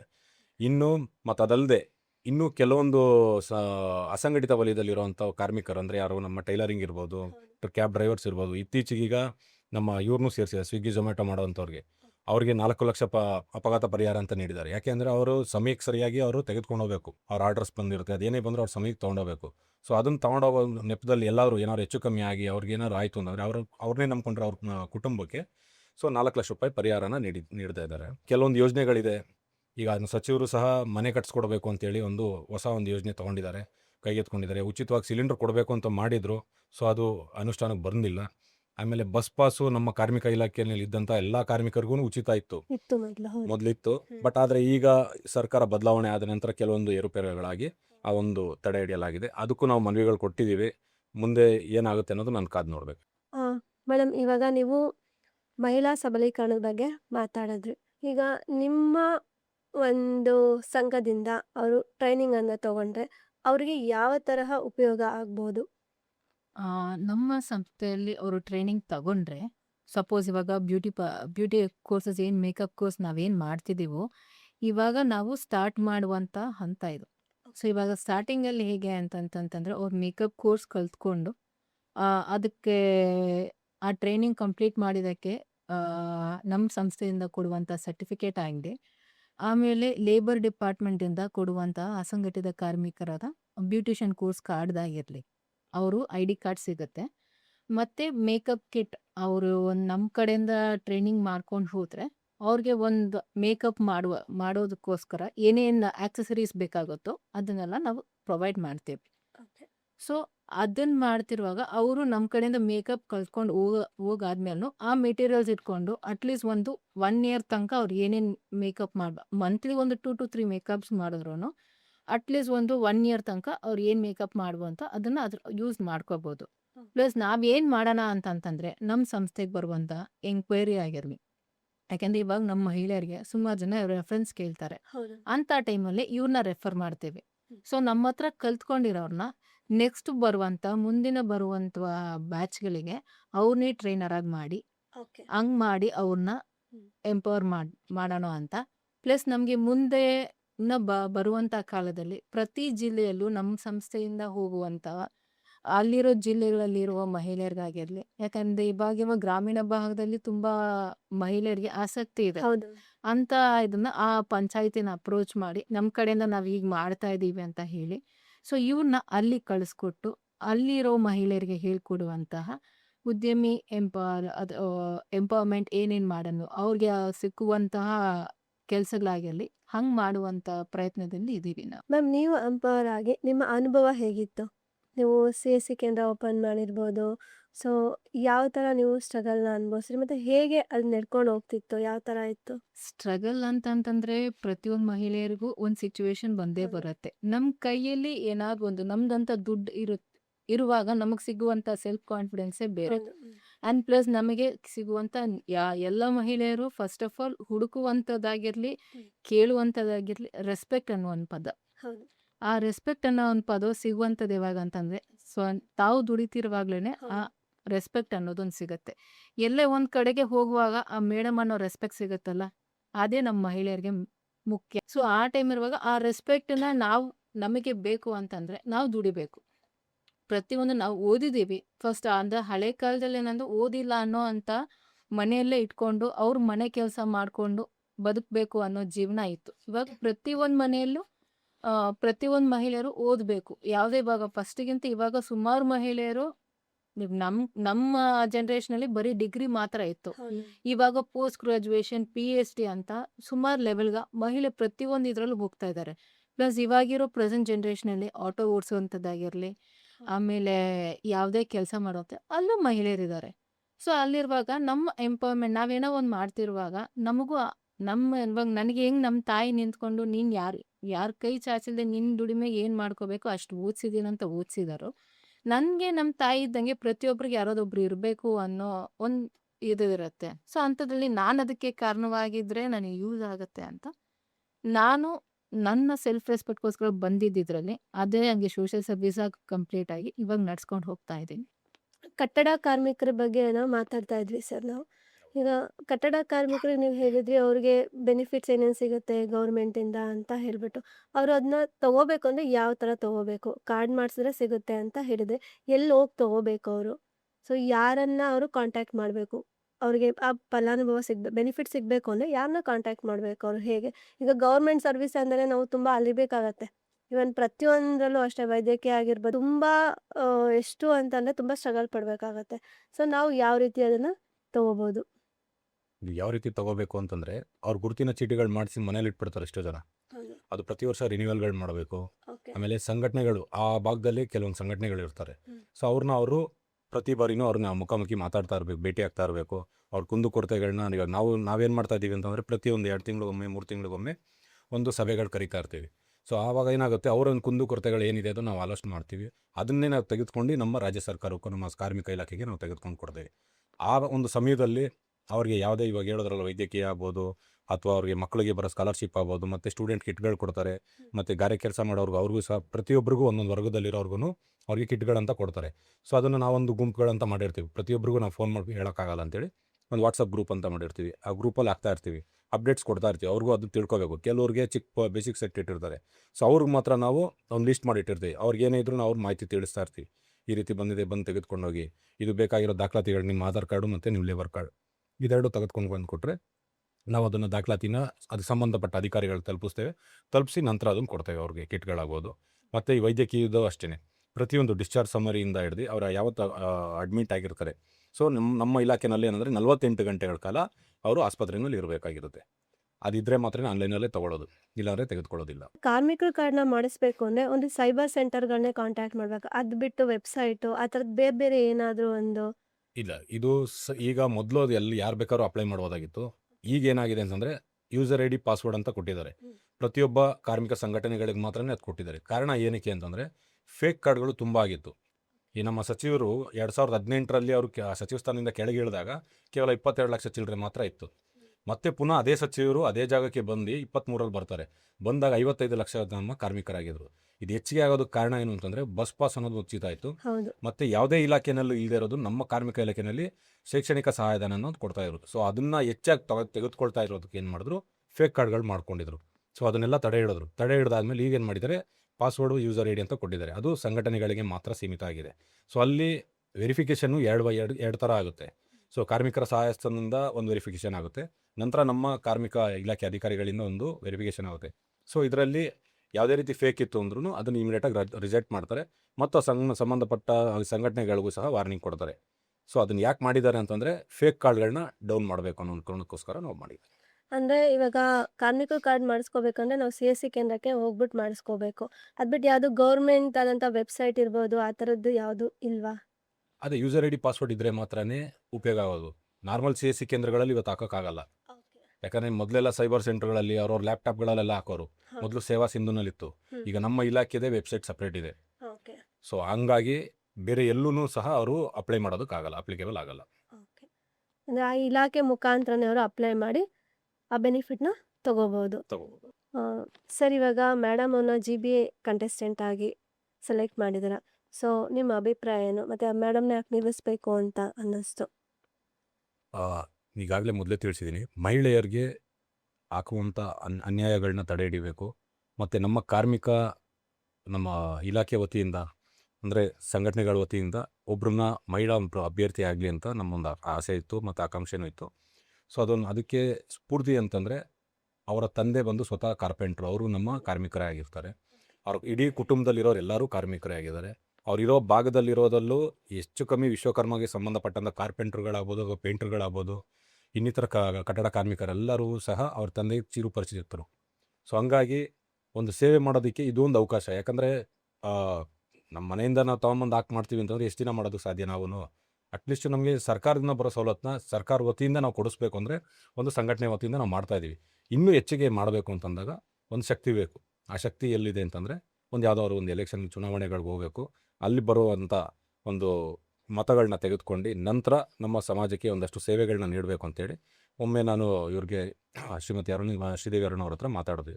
ಸೊ ಅವ್ರಿಗೇನು ಅಂತ ಫೋರ್ಸ್ ಇರಲಿಲ್ಲ ಅವತ್ತಿನ ದಿನ. ನಾವೆಲ್ಲ ಒತ್ತಾಯ ಮಾಡಿ ನೀವು ಒಂದು ಕಂಟೆಸ್ಟ್ ಆಗಿ ಒಂದು ಆಕಾಂಕ್ಷೆಯಾಗಿ, ಯಾವುದೇ ಪಕ್ಷದಿಂದನೇ ನಮಗೆ ಟಿಕೆಟ್ ಬೇಕು ಅಂತೇನಿಲ್ಲ, ನಮ್ಮ ಕಾರ್ಮಿಕರಿದ್ದೀವಿ, ನಮ್ಗೆ ಶಕ್ತಿ ಇದೆ, ಅದ್ರ ಪರವಾಗಿ ನೀವು ಹೋರಾಟ ಮಾಡಿ, ನಿಮ್ಮ ಬೆನ್ನೆಲುಬಾಗಿ ನಾವು ಯಾವಾಗಲೂ ಜೊತೆಲಿ ಇರ್ತೀವಿ ಅಂತೇಳಿ ನಾವು ಅವ್ರಿಗೆ ಧೈರ್ಯ ತುಂಬಿದ್ವಿ. ಮೇಡಮ್, ಇದ್ರ ಬಗ್ಗೆ ನಿಮ್ಮ ಅಭಿಪ್ರಾಯ ಏನು? ನನ್ನ ಅಭಿಪ್ರಾಯ ಏನಂತಂದರೆ, ನನ್ನ ಕುಟುಂಬದಲ್ಲಿ ನನ್ನ ತಂದೆ ಆಗಿರಲಿ, ಚಿಕ್ಕಪ್ಪನಾಗಿರಲಿ, ಮಾವನಾಗಿರಲಿ, ಯಾರ್ಯಾರು ಕಾರ್ಮಿಕರಾಗಿದ್ದು ಬಂದವರು, ಅವ್ರಿಗೆ ಸಿಗಬೇಕಾಗಿರುವ ಮೂಲಭೂತ ಸೌಕರ್ಯಗಳು ಸರ್ಕಾರದಿಂದ ಏನೇನು ಸಿಗ್ತಿದೆಯೋ ಸಿಗ್ತಾ ಇರಲಿಲ್ಲ. ಪ್ರತಿಯೊಂದು ಇವಾಗ ನಾವೇ ಕಾರ್ಮಿಕರ ಮಕ್ಕಳಾಗಿರುವಾಗ ನಮಗೆ ಸ್ಕಾಲರ್ಶಿಪ್ ಅಂತ ಅವಾಗಿಂದನೂ ಕೊಡ್ತಾ ಇದ್ದಾರೆ, ನಮ್ಗೆ ಯಾವುದೂ ಸಿಕ್ಕಿಲ್ಲ. ಹಂಗಿರುವಾಗ ನಮ್ಗೆ ಗೊತ್ತಿರೋರು, ನಾನು ಸುಮಾರು ಜನ ಒಂದ್ಸತಿ ಸೋಷಿಯಲ್ ಸರ್ವಿಸ್ಗಂತ ಬಂದಿದ್ದಾಗ, ಬೇರೆ ಸಂಸ್ಥೆಗಳಿಗೆ ಹೋಗಿದ್ದಾಗ ಅವ್ರ ಮಕ್ಳಿಗಾಗಿರಲಿ, ಅವ್ರ ಕಡೆ ಇರೋ ಮೆಂಬರ್ಸ್ಗಾಗಿರಲಿ ಸಿಗಬೇಕಾಗಿದ್ದು ಏನೇನಿದೆಯೋ ಅಟ್ಲೀಸ್ಟ್ ಒಂದು ಸ್ವಲ್ಪ ಮಟ್ಟಕ್ಕೆ ಸಿಗ್ತಾ ಇತ್ತು. ಆವಾಗ ನನ್ನ ತಂದೆ ಒಂದ್ಸತಿ ಕೂತಿದ್ದಾಗ, ಅಪ್ಪ ಈ ಥರ ನಮ್ಮ ಕುಟುಂಬದಲ್ಲಿ ಹೆಚ್ಚು ಕಮ್ಮಿ ಅಂತಂದರೆ ಒಂದು 500ರಿಂದ 600 ಜನ ಕಾರ್ಮಿಕರು ಇದ್ದಾರೆ, ಅವ್ರಿಗೆ ಎಷ್ಟು ಮಟ್ಟಕ್ಕೆ ಸರ್ಕಾರಿಯಿಂದ ಸಿಗುವಂಥ ಸೌಕರ್ಯಗಳು ಸಿಗ್ತಾ ಇದೆ ಅಪ್ಪ ಅಂತ. ಇಲ್ಲ ಅಮ್ಮ, ಸಿಗ್ತಾ ಇಲ್ಲ. ಏನಕ್ಕಪ್ಪ ಸಿಗ್ತಿಲ್ಲ ಅಂತಂದರೆ, ತಿಳಿದಿರೋರು ಯಾರೂ ಇಲ್ಲ, ಮತ್ತು ನಮಗೆ ಸೇರ್ಬೇಕಾಗಿರೋದು ಏನಿದೆ ಎತ್ತ ಇದೆ ಅಂತ ಅವ್ರಿಗೆ ಅರಿವೇ ಇಲ್ಲ. ಅವಾಗಿದ್ದಾಗ ಒಂದ್ಸತಿ ಈ ಥರ ಯೋಚನೆ ಮಾಡ್ತಿದ್ದಾಗ ಪರಿಚಯ ಆಗಿದೆ ನಮ್ಮ ವಂಶಿಯವರು. ಆವಾಗ ಒಂದಿನ ಏನಾಗಿತ್ತು, ವಂಶಿಯವ್ರು ಬಂದ್ಬಿಟ್ಟು ಹೇಳಿದ್ರು, ನಿಮ್ಮ ಹತ್ರ ಎಷ್ಟು ಜನ ಕಾರ್ಮಿಕರಿದ್ದಾರೆ ಮೇಡಮ್, ನೀವು ಹೇಳಿ ಏನಾದ್ರು ಒಂದು ಮಾಡೋಣ ಅಂತಂದ್ರು. ನಾನು ಅಂದೆ, ಸರ್ ನಮ್ಮ ಫ್ಯಾಮಿಲಿಯವರೇ ಎಲ್ಲರೂ ಕಾರ್ಮಿಕರೇ ಅಂತಿರುವಾಗ ಅವ್ರಿಗೆ ನನ್ನ ಕೈಲಿ ಆಗುವಂಥದ್ದು ನನ್ನ ಫ್ಯಾಮಿಲಿಗೆ ನಾನು ಇದಂತ ಕೊಟ್ಟಿದ್ದೆ. ನಾಳೆ ಯಾಕಂದರೆ ಇಷ್ಟು ದಿನ ಬಂದಿದ್ದು ನನ್ನಿಂದ ಆಗಿದ್ದು ನನ್ನ ಮಕ್ಳಿಗಾಗ್ಬೋದು, ಬಟ್ ನನ್ನ ಇಡೀ ಕುಟುಂಬ ಅಂತಿರುವಾಗ, ಅವರೇ ಕಾರ್ಮಿಕರಂತಿರುವಾಗ ಅವ್ರಿಗೆ ಏನಾದ್ರು ಒಂದು ಹಾಕಬೇಕು ಅನ್ನೋ ಭಾವನೆ ನನ್ನಲ್ಲಿತ್ತು. ಆವಾಗ ಸರ್ಗೆ ಈ ಥರ ಹಿಂಗಿದೆಯಲ್ಲ ಸರ್, ಏನೇನು ಮಾಡ್ಕೊಂಡೆ, ಸಿಗ್ತಿದ್ದಮ್ಮ, ನಿಮ್ಮ ತಿಳುವಳಿಕೆ ಇಲ್ಲ ಅಷ್ಟೇ ಅಂತಂದರು. ಸರಿ ಸರ್, ನೀವೇನಿದೆ ಅದನ್ನು ನಮಗೂ ಹೇಳಿಕೊಡಿ, ನಾವು ಮಾಡ್ತೀವಿ. ನಿಮ್ಮಿಂದ ಏನಾದ್ರು ಒಂದು ತಿಳಿದು ನಮ್ಮ ಜನಕ್ಕೆ ನಾವೇನಾದ್ರು ಒಂದು ಮಾಡಿದ್ರೆ ಅದು ನಾಳೆ ದಿನ ನಮ್ಮ ಫ್ಯಾಮಿಲಿಯಲ್ಲಿ ಅದು ಸ್ಪ್ರೆಡ್ ಆಗಿ, ನಾಳೆ ದಿನ ಅಲ್ಲಿ ನಾವು ಸ್ವಲ್ಪ ಯಾರೇ ಒಂದು ಕಾರ್ಮಿಕ ಕುಟುಂಬದಲ್ಲಿ ಬಂದು ಒಂದು ಕಡೆ ಅವರು ಒಂದು ಒಳ್ಳೆ ಪೊಸಿಷನಲ್ಲಿ ಇದ್ದಾರೆ ಅನ್ನುವಾಗ ನಮಗೂ ಹೆಮ್ಮೆ ಆಗುತ್ತೆ. ಹಂಗೇನಾದ್ರು ಒಂದು ಮಾಡಬೇಕು ಸರ್ ಅಂತ ಹೇಳಿದ್ದಾಗ, ಅವಾಗ ಹೇಳಿದ್ದೆ ನಮ್ಮ ವಂಶಿ ಸರ್ ಅವಾಗ ಕಾರ್ಮಿಕ ಕಾರ್ಡ್ ಬಗ್ಗೆ ಆಗಿರಲಿ, ಅದ್ರ ಬಗ್ಗೆ ಸೌಕರ್ಯ ಆಗಿರಲಿ, ನನ್ನ ಕೈಲಿ ಎಷ್ಟಾಗುತ್ತೋ ನಮ್ಮ ಫ್ಯಾಮಿಲಿ ಮೆಂಬರ್ಸ್ ಆಗಿರಲಿ, ನಮ್ಮ ಅಕ್ಕಪಕ್ಕದಲ್ಲಿರೋರು ಆಗಿರಲಿ, ನಮ್ಮ ಏರಿಯಾದಲ್ಲಿ ಯಾರ್ಯಾರು ಇದ್ದಾರೋ ಅವ್ರಿಗೆಲ್ಲ ತಿಳ್ಸ್ಕೊಂಡ್ ಬರ್ತಾ ಇದ್ದೀನಿ. ಬಟ್ ಇದ್ರೂ ನಿಮ್ಗೆ ಗೊತ್ತಲ್ಲ ಇವಾಗಿರೋ ಸಿಚುವೇಶನಲ್ಲಿ ಮಾಡ್ಲಿಕ್ಕೆ ನೀನು ಯಾರು? ಹೌದು. ಏನಕ್ಕೋಸ್ಕರ ಮಾಡ್ತಿದ್ಯಾ? ನಿನಗೆ ಯಾರು ಅಥಾರಿಟಿ ಕೊಟ್ಟರು? ಅದನ್ನೆಲ್ಲ ಆ ಥರ ಪ್ರಶ್ನೆಗಳು ಬರ್ತಾ ಇದೆ. ಹೌದು. ಸೊ ಈ ಥರ ಒಂದು ಸೋಷಿಯಲ್ ಸರ್ವಿಸ್ ಮಾಡೋದಕ್ಕೆ ಒಂದು ಅಧಿಕಾರನೇ ಬೇಕು ಅಂತಂದಾಗ, ಆ ಅಧಿಕಾರ ಸರ್ ಅದು ಈ ಥರ ನೀನು ಕೆಲಸ ಮಾಡ್ಬೇಕಂದ್ರೆ ಒಂದು ಅಧಿಕಾರ ಬೇಕು ಮೇಡಮ್. ನಮಗೂ ಗೌರ್ಮೆಂಟಿಂದ ನಾವು ನಾಳೆ ದಿನ ಸರ್ಕಾರನ ಪ್ರಶ್ನೆ ಮಾಡಲಿಕ್ಕೆ ನಮ್ಮಿಂದ ಒಬ್ಬರು ಇದ್ದಾರೆ ಅಂತ ಇದ್ದಾಗ ನಮಗೂ ಸ್ವಲ್ಪ ಇದಾಗುತ್ತೆ ಅಂತ ಸರ್ ಹೇಳಿದಾಗ, ಅವಾಗ ಸರಿ ಸರ್ ನೀವೇನು ಹೇಳ್ತೀರೋ ಅದ್ರ ಪ್ರಕಾರ ಮಾಡ್ಕೊಂಡು ಹೋಗೋಣ ಅಂತಂದು ಇದು ಮುಂದುವರಿತಾ ಇರೋ. ಮ್ಯಾಮ್, ಇವಾಗ ನಿಮಗೆ ಸೋಲೋ ಆಂಟ್ರಪ್ರಿನರ್ ಆಗಿ ಅವಾರ್ಡ್ ಸಿಕ್ಕಿದೆ. ಸೊ ಅದ್ರ ಬಗ್ಗೆ ಹೇಳಿ. ಅದ್ರ ಬಗ್ಗೆ ಅಂದರೆ ನಾನು ಈ ಸೋಷಿಯಲ್ ಸರ್ವಿಸ್ ಬಂದಿತ್ತು 2017ಅಲ್ಲಿ.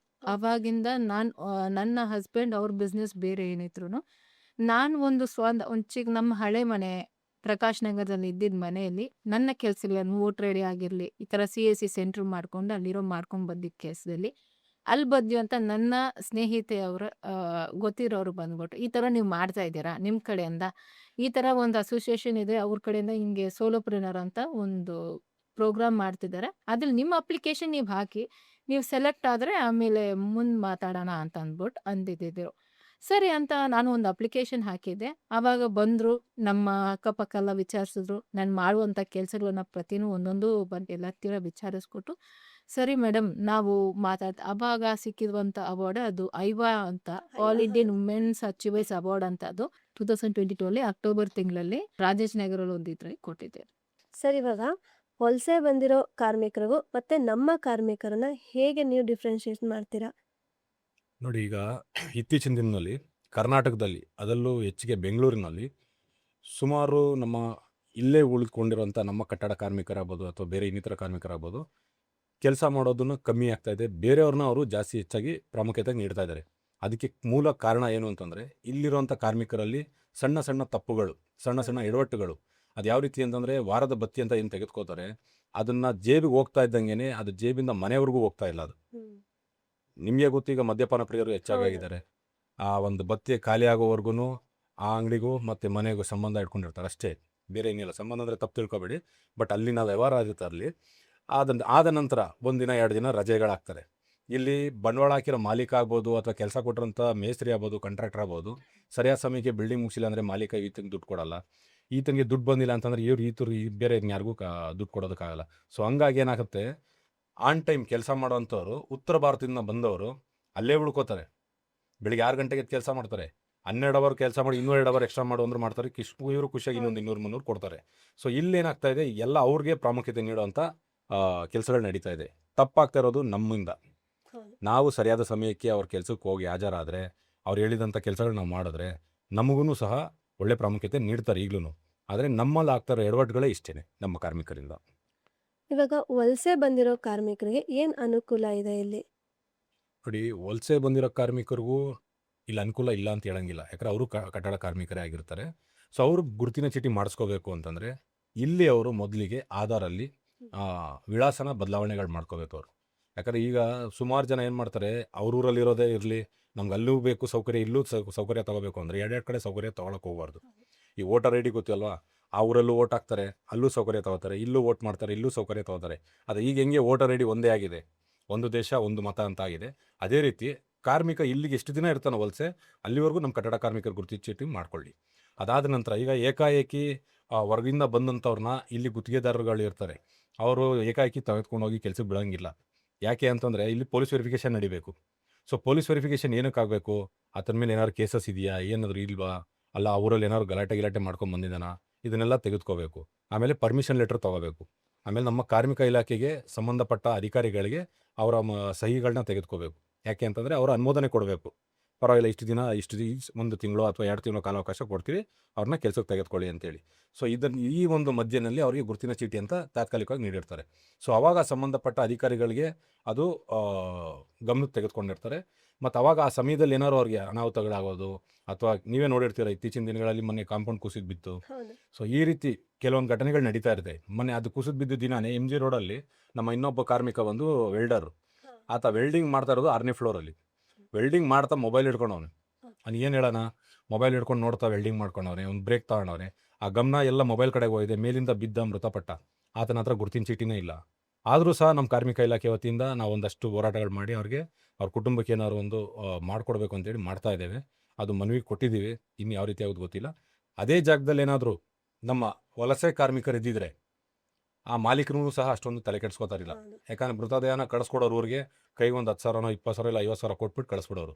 ಬಟ್ ಇಲ್ಲಿ ಆಗ್ತಾ ಇರೋದು ಸಿಚುವೇಶನ್ ಏನಿದೆ ಅಂತಂದರೆ, ವಲಸೆ ಬಂದಿರೋರಿಗೆ ಮೊದಲು ನಾವು ಇಲ್ಲಿನ ಪ್ರಾಮುಖ್ಯತೆನ ಅವ್ರಿಗೆ ತೆಗೆದುಕೋಬೇಕು. ಹಾಗೆ ಈಗ ವಲಸೆ ಬಂದ್ರು ಅಂದ್ರೆ ಅವ್ರ ಫ್ಯಾಮಿಲಿನೆಲ್ಲ ಕರ್ಕೊಂಡು ಬಂದಿರ್ತಾರೆ. ಸೊ ಅವ್ರನ್ನ ಹೇಗೆ ಪ್ರೊಟೆಕ್ಟ್ ಮಾಡ್ತೀರಾ? ನಿಮ್ಮ ಸಂಘದಿಂದ ಯಾವ ಥರ ಅವ್ರಿಗೆ ಅನುಕೂಲ ಸಿಗತ್ತೆ? ಈಗ ಅವ್ರಿಗೇನು ಸಪ್ರೇಟಾಗಿ ಪ್ರೊಟೆಕ್ಟ್ ಮಾಡೋಂಥದ್ದು ಏನು ಅವಶ್ಯಕತೆ ಇಲ್ಲ. ಯಾತಕ್ಕಾಗಿ ಅಂತಂದರೆ, ಇಲ್ಲಿ ಮನೆ ಮಾಡಿರ್ತಾರೆ, ಅವ್ರ ಮಕ್ಕಳಿಗೆ ಇಲ್ಲೇ ವಿದ್ಯಾಭ್ಯಾಸ ಕೊಡ್ತಾ ಇರ್ತಾರೆ. ಸೊ ಎಲ್ಲ ಒಂದು ಪದ್ಧತಿ ನಮಗೆ ಅವ್ರೂ ಇರ್ತಾರೆ. ಆಮೇಲೆ ಈಗ ಇತ್ತೀಚಿನ ದಿನಗಳಲ್ಲಿ ಬಾಂಗ್ಲಾಯಿಂದ ಕೋಲ್ಕತ್ತಾ ಆಗ್ಬೋದು, ಆ ಕಡೆ ವೆಸ್ಟ್ ಬೆಂಗಾಲ್ಸ್ ಇರ್ಬೋದು, ಅಲ್ಲಿಂದ ಭಾಗದಲ್ಲಿ ಬರ್ತಾವ್ರೆ. ಸೊ ಅವ್ರೂ ಸಹ ಮನೆಯೂ ಮಾಡ್ಕೋತವ್ರೆ, ಮತ್ತು ಅವ್ರ ಮಕ್ಕಳನ್ನು ಇಲ್ಲೇ ಸ್ಕೂಲ್ಗೆ ಶಾಲೆಗಳಿಗೆ ಸೇರಿಸ್ತವ್ರೆ. ಇನ್ನಿತರ ಸವಲತ್ತುಗಳು ತೆಗೆದುಕೊತಾ ಇದ್ದಾರೆ. ಇತ್ತೀಚಿನ ದಿನಗಳಲ್ಲಿ ರೇಷನ್ ಕಾರ್ಡ್ಗೂ ಅರ್ಜಿಗಳು ಆಗ್ತಾ ಇದ್ದಾರೆ. ಸೊ ಮುಂದಿನ ದಿನಗಳಲ್ಲಿ ಅವರು ನಮ್ಮವರೇ ಆಗಿರ್ತಾರೆ. ಬಟ್ ಇಲ್ಲಿ ನಮ್ಮಲ್ಲಿ ಹೆಂಗಿದೆ ಅಂದರೆ, ನಮ್ಮ ಕನ್ನಡಿಗರು ಹೆಂಗಾಗಿದೆ, ವಿಶಾಲ ಹೃದಯದವ್ರು ನಾವು ಯಾರೇ ಬಂದ್ರೂ ಬರ್ಮಾಡ್ಕೋತೀವಿ, ಯಾರಿಗೂ ಹೋಗಿ ಅಂತ ಹೇಳಲ್ಲ. ಹೋಗಿ ಅಂತ ಹೇಳೋದು. ಹಂಗಾಗಿ ತಮಿಳ್ನಾಡಿಂದ ಬಂದವ್ರಿಗೂ ತೆಗೆದುಕೋತೀವಿ, ದಕ್ಷಿಣ ಭಾರತದಿಂದ ಬಂದವ್ರಿಗೂ ತಗೋತೀವಿ, ಉತ್ತರ ಭಾರತದಿಂದ ಬಂದವ್ರಿಗೂ ತಗೊತೀವಿ. ಇನ್ನೊಂದಷ್ಟು ದಿನ ಬಿಟ್ಟು ಹೊರದೇಶದಿಂದ ಬಂದವ್ರಿಗೂ ನಾವು ತಗೋತೀವಿ. ಸರ್, ಇವಾಗ ಗುತ್ತಿಗೆದಾರರು ಇಲ್ಲಿಗಲ್ ಆಗಿ ಕಾರ್ಮಿಕರನ್ನ ತಗೊಂಡಾಗ ಸೊ ನಿಮ್ಮ ಸಂಘದ ಕಡೆಯಿಂದ ಯಾವ ಥರ ಆ್ಯಕ್ಷನ್ಸ್ನ ತಗೋತೀರಾ? ಹಾಗೇನೆ ಅವರು ಕಂಪ್ಲೇಂಟ್ ಮಾಡಿದಾಗ ನಿಮ್ಮ ಕಡೆಯಿಂದ ಯಾವ ಥರ ರೆಸ್ಪಾನ್ಸ್ ಸಿಗತ್ತೆ? ಈಗ ಗುತ್ತಿಗೆದಾರರು ಇಲ್ಲಿಗಲಾಗಿ ತಗೊಂಡವ್ರೆ ಅಂತಂದ್ಬಿಟ್ಟು ನಮಗೆ ಮಾಹಿತಿ ಬರಬೇಕು. ಮೊದಲು ಹೌದು. ಖಚಿತ ಮಾಹಿತಿ ಇರಬೇಕು. ಖಚಿತ ಮಾಹಿತಿ ಬಂದ ನಂತರ ನಾವು ಅಲ್ಲಿ ಸ್ಥಳಕ್ಕೆ ಹೋಗ್ತೀವಿ. ಸ್ಥಳಕ್ಕೆ ಹೋಗಿ ಕೂಡಲೇ ಅಲ್ಲಿ ಯಾರ್ಯಾರು ಕಾರ್ಮಿಕರು ಕೆಲಸ ಮಾಡಿರ್ತಾರೆ ಅವ್ರದ್ದು ಆಧಾರ್ ತೆಗೆದುಕೋತೇವೆ. ಆಧಾರ್ ಕಾರ್ಡ್ ನೋಡ್ತೀವಿ. ನಂತರ ಇಲ್ಲಿಗೆ ಬಂದು ಎಷ್ಟು ದಿನ ಆಯಿತು, ಏನು ಕೆಲಸಕ್ಕೆ ಅಂತ ಬಂದಿರೋದು, ನಿಮ್ಗೆ ಯಾರು ಕೆಲಸ ಕೊಟ್ಟಿದ್ದು, ಗುತ್ತಿಗೆದಾರರು ಯಾರು, ಸಂಬಂಧಪಟ್ಟವ್ರು ಯಾರಿದ್ದಾರೆ ಅವ್ರನ್ನೆಲ್ಲ ಕಾಂಟ್ಯಾಕ್ಟ್ ಮಾಡ್ತೀವಿ. ಸೊ ಅದಾದ ನಂತರ ಅವ್ರ ಬಳಿ ಏನಿದೆ, ನಮ್ಮ ಇಲಾಖೆ ವತಿಯಿಂದ ತೆಗೆದುಕೊಂಡಂಥ ಏನಾದರೂ ಅನುಮೋದನೆ ಪತ್ರ ಇದೆಯಾ, ಅಥವಾ ಬೇರೆ ಇನ್ಯಾವ್ದಾದ್ರು ಪತ್ರಗಳು ಇಟ್ಕೊಂಡವ್ರ, ಅದನ್ನೆಲ್ಲ ತೆಗೆದುಕೋತೀವಿ. ಅದನ್ನು ಪರಿಶೀಲನೆ ನಡೆಸಿದ ನಂತರ ನಮ್ಮ ಕಾರ್ಮಿಕ ಇಲಾಖೆಯಲ್ಲಿ ಸಂಬಂಧಪಟ್ಟ ಅಧಿಕಾರಿಗಳಿಗೆ ಗಮನಕ್ಕೆ ತೆಗೆದುಕೊಂಡು ಹೋಗ್ತೀವಿ. ಅವ್ರಿಗೆ ಅದನ್ನು ತಲುಪಿಸ್ತೀವಿ. ಸೊ ತಲುಪಿಸಿದ ನಂತರ ಅವ್ರು ಕೂಡಲೇ ಅದನ್ನು ಆ್ಯಕ್ಷನ್ ತೊಗೋತಾರೆ. ನಮ್ಮ ಸಂಬಂಧಪಟ್ಟ ಅಧಿಕಾರಿಗಳು, ಎಲ್ಲೋ ಆಫೀಸರ್ಸ್ ಇರ್ತಾರೆ, ಮತ್ತು ಇನ್ಸ್ಪೆಕ್ಟರ್ಗಳು ಇರ್ತಾರೆ, ಆಮೇಲೆ ಇನ್ನಿತರ ಮೇಲಧಿಕಾರಿಗಳು ಇರ್ತಾರೆ. ಸೊ ಅವರೆಲ್ಲರೂ ಆ್ಯಕ್ಷನ್ಸ್ನ ಇಮಿಡಿಯೇಟಾಗಿ ತೆಗೆದುಕೋತಾರೆ. ಇನ್ನು ನೀವು ವ್ಯವಸ್ಥೆ ಕಲ್ಪಿಸೋದು ಅಂತಂದರೆ, ಅವ್ರಿಗೆ ಕೆಲವ್ರಿಗೆ ಈಗೇನಾಗಿದೆ, ಸಂಬಳ ಕೊಡಲ್ಲ. ಹೌದು. ಊರಿಂದ ಕರ್ಕೊಂಬಂದಿದ್ದಾರೆ, ಪಾಪ ಅವ್ರಿಗೆ ಏನೂ ಗೊತ್ತಿರಲ್ಲ, ಅವ್ರು ಕೊಟ್ಟಷ್ಟೇ ತೊಗೊಂಡು ಹೋಗ್ತಾ ಇರ್ತಾರೆ. ಇವತ್ತೇನಾಗಿದೆ, ಒಬ್ಬ ನಾರ್ಮಲ್ಲಾಗಿ ಒಬ್ಬ ಹೆಲ್ಪರ್ ಅಂತ ಹೋದರೆ 800 ರೂಪಾಯಿ ಭತ್ಯೆ, ಇವತ್ತು ದಿನದ ಭತ್ಯೆ ಕೊಡಲೇಬೇಕಾಗಿದೆ. ಈಗ ನಿನ್ನೆ ತಾನೇ ಒಂದು 60% ಹೆಚ್ಚಿಗೆ ಮಾಡಿ ಅಂತೇಳಿ ನಮ್ಮ ರಾಜ್ಯ ಸರ್ಕಾರ ಆದೇಶ ಹೊರಡಿಸಿದೆ. ಅದು ತುಂಬ ಖುಷಿ ಪಡೋಂಥ ವಿಚಾರನೂ ಸಹ ಹೌದು. ಹಾಗೆ ನೋಡಿ, 500 600 ಕೊಟ್ಟು ಅವ್ರಿಗೆ ಕೈ ತೊಳ್ಕೊತಾ ಇದ್ದಾರೆ. ಸೊ ನಮಗೆ ಮಾಹಿತಿ ಬರದೆ ನಾವು ಏಕಾಏಕಿ ನಾವು ಅವ್ರನ್ನ ಭೇಟಿ ಮಾಡೋಕ್ಕಾಗಲ್ಲ. ಈಗ ಇನ್ನೂ ಕೆಲವರು ಹೋಟ್ಲುಗಳು ನೋಡಿರ್ತೀರ, ಎಲ್ಲ ಭಾಗಗಳಲ್ಲೂ ಹೋಟ್ಲುಗಳಿದೆ. ಹೋಟ್ಲಲ್ಲಿರೋರು ಈಗಾಗಲೇ ಎಲ್ಲ ಉತ್ತರ ಭಾರತದವರು ಇದ್ದಾರೆ, ಮತ್ತು ಕೇರಳದಿಂದ ಬಂದಿರೋರು ಇದ್ದಾರೆ. ಸೊ ಅವ್ರು ಯಾವುದೇ ಪರ್ಮಿಷನ್ಸೇ ತೊಗೊತಾ ಇಲ್ಲ. ಹೌದು. ಇದನ್ನು ಯಾರು ಗಮನಕ್ಕೆ ತೊಗೊಂಡಿಲ್ಲ. ನಾವು ಸಂಬಂಧಪಟ್ಟ ಅಧಿಕಾರಿಗಳಿಗೆ ನಾವು ತಿಳಿಸ್ತೀವಿ ಅಂತಂದರೆ, ಖಚಿತ ಮಾಹಿತಿ ಇದ್ದರೆ ಕೊಡಿ ಅಂತಾರೆ. ನಾವು ಕೆಲವೊಂದು ಮಾಹಿತಿಗಳು ತೆಗೆದುಕೊಂಡು ಅವ್ರ ನಿರ್ಧಾರನ ತಿಳಿಸಿ, ಸೊ ಮನವಿ ಕೊಟ್ಟು ನಂತರ ಆ ಸ್ಥಳಕ್ಕೆ ಹೋದಾಗ, ಆ ಸ್ಥಳದಲ್ಲಿ ನಾವು ಬರೋದನ್ನು ಹೇಗೋ ತಿಳ್ಕೊಂಡು ಅಲ್ಲಿ ಜಾಗ ಖಾಲಿ ಮಾಡಿರ್ತಾರೆ. ಅಂದರೆ ನಮ್ಮ ಕಾರ್ಮಿಕರು ಒಂದು 2-3 ನಿಲ್ಲಿಸ್ತಾರೆ, ಅಷ್ಟೇ ಇರೋದು ಇಲ್ಲಿ ಕಾರ್ಮಿಕರು, ಬೇರೆ ಯಾರು ವಲಸೆ ಕಾರ್ಮಿಕರು ಇಲ್ಲ ಅಂತ ಹೇಳ್ತಾರೆ. ಸೊ ಇದನ್ನು ತಡೆಗಟ್ಟಬೇಕು ಅಂದರೆ, ದಯವಿಟ್ಟು ಹೋಟೆಲ್ ಕಾರ್ಮಿಕರು, ಯಾರು ಮಾಲೀಕರು ಇರ್ತಾರೆ, ಗುತ್ತಿಗೆದಾರಗಳು ಇರ್ತಾರೆ, ಅವರು ಸರಿಯಾದ ರೀತಿಯಲ್ಲಿ ಏನದು ಅನುಮೋದನೆ ಪತ್ರಗಳು ತೆಗೆದುಕೋಬೇಕು, ಅದನ್ನು ನೋಡ್ಕೊಂಡು ನಂತರ ಅವ್ರಿಗೆ ಕೆಲಸ ಕೊಡಿ ಅಂತ ನಾವು ಹೇಳ್ತೀವಿ. ಆದಷ್ಟು ಇಲ್ಲಿನ ಕಾರ್ಮಿಕರಿಗೆ ಮೊದಲನೇ ಆದ್ಯತೆ ನೀಡಿ. ನಮ್ಮ ಕನ್ನಡಿಗರಿಗೆ ಆಗ್ಬೋದು, ನಮ್ಮ ತಮಿಳಿಗರಾಗ್ಬೋದು, ಅಥವಾ ಆಂಧ್ರದವರಾಗ್ಬೋದು, ಎಲ್ಲರೂ ಇಲ್ಲಿರೋರೆ. ಈ ಭಾಗ ಮುಗಿದ ನಂತರ ಆಮೇಲೆ ಬೇಕಾದ್ರೆ ಅವ್ರಿಗೆ ಕೆಲಸ ಕೊಡಿ. ಕೆಲಸ ಕೊಡಬೇಡಿ ಅಂತ ನಾವು ಯಾರಿಗೂ ಹೇಳೋಕ್ಕೆ ಬರಲ್ಲ. ಯಾಕಂದರೆ ಇದು ಭಾರತ ದೇಶ, ಎಲ್ಲರಿಗೂ ಇಲ್ಲಿ ಸ್ವಾತಂತ್ರ್ಯ ಇದೆ, ಯಾರು ಎಲ್ಲಿ ಬೇಕಾದ್ರೂ ಹೋಗಿ ಕೆಲಸ ಮಾಡ್ಬೋದಾಗಿದೆ. ಸೊ ಮೊದಲನೇ ಪ್ರಾಮುಖ್ಯತೆ ನಮಗೆ ಕೊಡಿ, ನಂತರ ಅವ್ರಿಗೆ ಕೊಡಿ ಅಂತೇಳಿ ನಾವು ತಿಳಿಸ್ಕೊಡ್ತೀವಿ. ಹಾಗೆ ಸರ್ ಹೇಳಿದಾಗ ಎಲ್ಲ ಗುತ್ತಿಗೆದಾರರಿಗೂ ನಾನು ಕೇಳ್ಕೊಳ್ಳೋದಿಷ್ಟೇ, ಮೊದಲು ನಮ್ಮ ಲೋಕಲ್ಗೆ ಫಸ್ಟ್ ಪ್ರಿಫರೆನ್ಸ್ ಕೊಡಿ, ಹಾಗೆ ಎಲ್ರಿಗೂ ಕೊಡಿ. ಸರ್, ಇವಾಗ ಕಾರ್ಮಿಕರುಗಳಿಗೆ, ಅಸಂಘಟಿತ ಕಾರ್ಮಿಕರುಗಳಿಗೆ ಏನಾದರೂ ಸಹಾಯ ಬೇಕಾದ್ರೆ ನಿಮ್ಮನ್ನು ಯಾವ ರೀತಿ ಅವರು ಕಾಂಟ್ಯಾಕ್ಟ್ ಮಾಡ್ಬೋದು? ಈಗ ಎಲ್ಲ ಮೊಬೈಲ್ ನಂಬರ್ ಇದೆ. ಮೊಬೈಲ್ ನಂಬರು ಈಗಾಗಲೇ ತೋರಿಸ್ತಾ ಇರ್ತೀರ ಅನಿಸುತ್ತೆ. ಸೊ ಮೊಬೈಲ್ ನಂಬರ್ ಮುಖಾಂತರ ಕರೆ ಮಾಡಿ ಮಾತಾಡ್ಬೋದು. ಅದು ಬಿಟ್ಟು ಈಗ ನೋಡಿ, ಈಗಾಗಲೇ ಬ್ಯೂಟಿಷಿಯನ್ ಬಗ್ಗೆ ಹೇಳಿದ್ದೀವಿ. ಇದು ಮೊದಲನೇ ಹೆಜ್ಜೆ ಇಟ್ಟಿದ್ದೀವಿ ನಾವಿನ್ನು. ಮುಂದಿನ ದಿನಗಳಲ್ಲಿ ಟೈಲರಿಂಗು, ಫ್ಯಾಷನ್ ಡಿಸೈನಿಂಗ್, ಈಗ ನೆಕ್ಸ್ಟ್ ನಾವು ಹೆಜ್ಜೆ ಇಡೋದೇ ಫ್ಯಾಷನ್ ಡಿಸೈನಿಂಗ್ ಅಂತ. ಈ ಒಂದು ಹಂತ ಮುಗಿಲಿ ಅಂತ ಕಾಯ್ತಾ ಇದ್ದೀವಿ. ಒಂದು 2-3 ಬ್ಯಾಚ್ಗಳು ಕ್ಲಿಯರ್ ಆದರೆ ಅದು ಹಂತವಾಗಿ ನಡ್ಕೊಂಡು ಹೋಗುತ್ತೆ ಸುಧಾರಿಸ್ಕೊಂಡು. ಸೊ ಮುಂದಿನ ಹಂತ ಬಂದು ಫ್ಯಾಷನ್ ಡಿಸೈನು. ಅಂದರೆ ನಮ್ಮ ಅಸಂಘಟಿತ ವಲಯದಲ್ಲಿ ಮಹಿಳೆಯರಿಗೆ ಮೊದಲನೇ ಪ್ರಾಮುಖ್ಯತೆ ನೀಡ್ತಾ ಇದ್ದೀವಿ. ಎಲ್ಲ ಭಾಗದಲ್ಲೂ ಇದ್ದಾರೆ. ಈ ಭಾಗದಲ್ಲಿ ಇನ್ನೂ ಹೆಚ್ಚಾಗಿ ಬರಲಿ, ಹೆಚ್ಚಿನ ಶಕ್ತಿ ತುಂಬೋಣ ಅನ್ನೋಂಥ ಕೆಲಸನ ಮಾಡ್ತಾ ಇದ್ದೀವಿ. ಸೊ ನಮ್ಮನ್ನು ಕಾಂಟ್ಯಾಕ್ಟ್ ಮಾಡಬೇಕಂದ್ರೆ ನಮ್ಮ ಕೇಂದ್ರ ಕಚೇರಿ ಬಂದು ಲಗ್ಗೆರೆಯಲ್ಲಿದೆ. ಇನ್ನೊಂದು ಶಾಖೆ ಒಂದು ಅಂದ್ರಳ್ಳಿನಲ್ಲಿದೆ ಈ ಭಾಗದಲ್ಲಿ. ಇನ್ನೂ ಒಂದು ಶಾಖೆ ಬಂದು ಪ್ರಕಾಶ್ ನಗರದಲ್ಲಿದೆ. ಅಂದ್ರಳ್ಳಿನಲ್ಲಾದರೂ ನಾನು ಭೇಟಿ ಆಗ್ತೀನಿ, ಅಥವಾ ನಮ್ಮ ಲಗ್ಗೆರೆನಲ್ಲಾದರೂ ಭೇಟಿ ಆಗ್ತೀನಿ. ಇನ್ನು ಪ್ರಕಾಶ್ ನಗರದಲ್ಲಿ ಶ್ರೀದೇವಿ ಅರುಣ್ ಕುಮಾರ್ ಅವರು ಭೇಟಿ ಆಗ್ತಾರೆ. ಸೊ ನಿಮ್ಮ ಕುಂದುಕೊರತೆಗಳು ಯಾವುದೇ ರೀತಿ ಇರ್ಬೋದು, ನಮ್ಮ ಕಾರ್ಮಿಕರಿಗೆ ಸದಾಕಾಲ ನಾವು ನಿಮ್ಮ ಜೊತೆಯಾಗಿರ್ತೀವಿ. ಜೈ ಹಿಂದ್, ಜೈ ಕಾರ್ಮಿಕ. ಸರ್, ಇವಾಗ ಕೊನೆಯದಾಗಿ ಕಾರ್ಮಿಕರ ಬಗ್ಗೆ ನಿಮ್ಮ ಒಂದೆರಡು ಮಾತು. ಕಾರ್ಮಿಕರು ಅಂದರೆ ಈಗ ನೋಡಿ, ಬರೀ ಕಟ್ಟಡ ಕಾರ್ಮಿಕರು ಮಾತ್ರನೇ ನಾವು ಸಂಘಟನೆ ಮಾಡ್ಕೊಂಡು ಸೀಮಿತ ಆಗಿಲ್ಲ. ಅಸಂಘಟಿತ ವಲಯದಲ್ಲಿರುವಂಥ, ಆಗಲೇ ಹೇಳಿದ್ದೀನಿ, ಟೈಲರಿಂಗ್ ಇರ್ಬೋದು. ಇತ್ತೀಚೆಗೆ ಈಗ ಮೊನ್ನೆ ಒಂದು 6-7 ಜನಕ್ಕೆ ಮತ್ತೆ ಸೇರ್ಪಡೆ ಮಾಡಿದ್ದಾರೆ ನಮ್ಮ ಮುಖ್ಯಮಂತ್ರಿಗಳು ಮತ್ತು ಸಚಿವರು ಎಲ್ಲ ಸೇರಿ. ಸೊ ಎಲ್ಲರೂ ಕಾರ್ಮಿಕರೇ. ನೀವು ಕಾರ್ಮಿಕರೇ, ನಾನು ಕಾರ್ಮಿಕನೇ. ಪ್ರತಿಯೊಬ್ಬರು ಕಾರ್ಮಿಕ ಅಂತ ಹೇಳ್ಕೊಳ್ಬೇಕು ಅನ್ನೋದಕ್ಕೆ ಯಾವುದೇ ರೀತಿ ಅಸಡ್ಡೆ ತೋರಂಗಿಲ್ಲ. ಆಮೇಲೆ ಸರ್ಕಾರದಿಂದ ಬರೋವಂಥ ಸವಲತ್ತುಗಳು, ಯಾಕಂದರೆ ನಾವೆಲ್ಲ ಪ್ರತಿದಿನ ಟ್ಯಾಕ್ಸ್ ಕಟ್ತಾ ಇದ್ದೀವಿ. ಆ ಟ್ಯಾಕ್ಸ್ನ ಮರುಪಾವತಿ ನಾವು ತಗೋತಾ ಇದ್ದೀವಿ. ಎಷ್ಟೋ ಜನ ಕಟ್ಟಡ ಕಟ್ಟೋರು ಸೆಸ್ ಕಟ್ತಾ ಇಲ್ಲ, ಎಲ್ಲ ಅಡ್ಜಸ್ಟ್ಮೆಂಟ್ ಮಾಡ್ಕೊಂಡು ಹೋಗ್ತವ್ರೆ. ಅದನ್ನೆಲ್ಲ ತಡೆ ಹಿಡಿಬೇಕು ಅಂತಂದರೆ ಮೇಸ್ತ್ರಿಗಳು ಸರಿಯಾದ ಮಾಹಿತಿಗಳನ್ನ ನಮಗೆ ಕೊಡಬೇಕು. ಇನ್ನು ಮೇಸ್ತ್ರಿಗಳಿಗೆ ಯಾಕೆ ಕೊಡಲ್ಲ ಅಂತಂದರೆ, ಅವ್ರಿಗೆ ಕೆಲಸ ಮಾಡೋವಂಥ ಜಾಗಗಳಲ್ಲಿ ಆ ಮಾಲೀಕರು ಕಡೆದ ದುಡ್ಡು ಕೊಡ್ತಾರೋ ಇಲ್ವೋ ಅನ್ನೋ ಗಾಬರಿನಲ್ಲಿ ಕೆಲಸ ಮಾಡ್ತಾರೆ.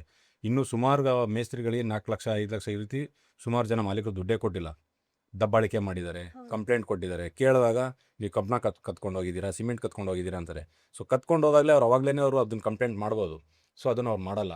ಯಾಕೆಂದರೆ ಅವ್ರ ಹತ್ರ ದುಡ್ಡಿನ ಅವಶ್ಯಕತೆ ಇವ್ರಿಗೆ ಇದೆ ಅಂತ ಗೊತ್ತಿರುತ್ತೆ. ಅದನ್ನು ಕೊಡೋದಕ್ಕೆ ಮೀನಾಮೇಷ ಎಣಿಸಿ ಏನೋ ಒಂದು ನೆಪ ಒಡ್ಡಿ ಅವ್ರನ್ನ ಹಿಂದೆ ತಳ್ತವ್ರೆ. ಸೊ ಹಂಗಾಗಿ ನಮ್ಮ ಕಾರ್ಮಿಕರು ಆಗ್ಬೋದು, ಅಥವಾ ಮೇಸ್ತ್ರಿಗಳು ಯಾರು ಇರ್ತಾರೆ, ಕಾಂಟ್ರಾಕ್ಟರ್ ಯಾರು ಇರ್ತಾರೆ, ಅವರ ಸೆಸ್ಸು ಕಟ್ಟಿಲ್ಲ ಅಂತಂದಾಗ ಅದನ್ನು ನಮ್ಮ ಗಮನಕ್ಕೆ ತೊಗೊಂಬಂದ್ರೆ ನಮ್ಮ ಇಲಾಖೆಗೆ ತೆಗೆದುಕೊಂಡು ಹೋಗ್ತೇವೆ.